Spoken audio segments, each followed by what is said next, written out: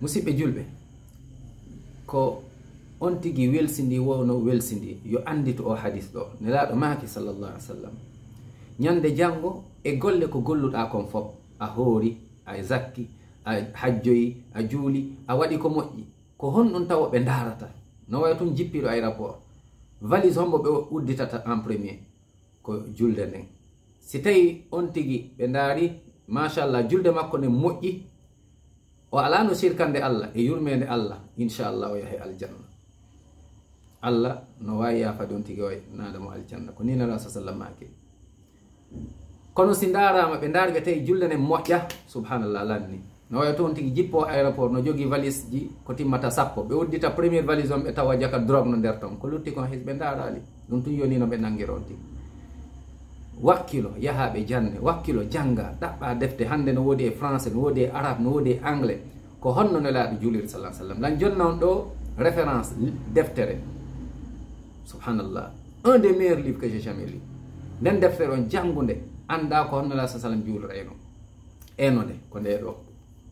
sifatu salati nabi sallallahu alayhi wa sallam min at-takbir ila taslim ka annaka taraha allahu akbar nde deftere ɗo eno nde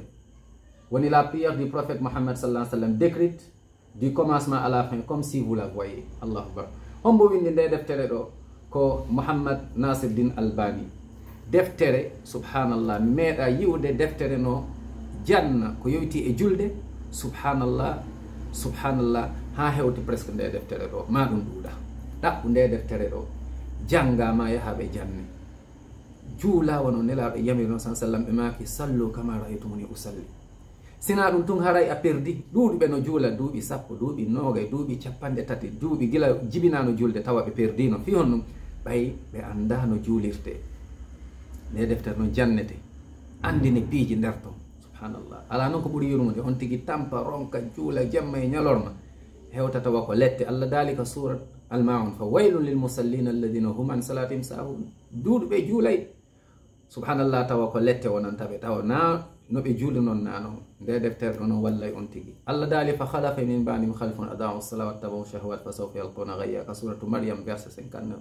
allah daali qad aflaha almu'minun ka suratu mu'minun alladina hum fi salatihim khashi'un ay julde nden tawo si moƴƴi tun inchallah fo moƴƴe awa ɗaɓɓu nde deftere ɗo janngama yahaɓe ɓe janne nde deftere ɗo fi Allah no heɓira yurmede Allah ñande janngo si ɓe darama julde nden tawa masha Allah ko waɗɗa no juulirɗa ɗum ko noon nelaɗo juure sallah sallam yaada e nelaɗo ka nder aljanna yo Allah waɗa yimɓe aljanna yaafo en allahuma amin okken battaɗe moƴƴo allahuma amin ya rabbi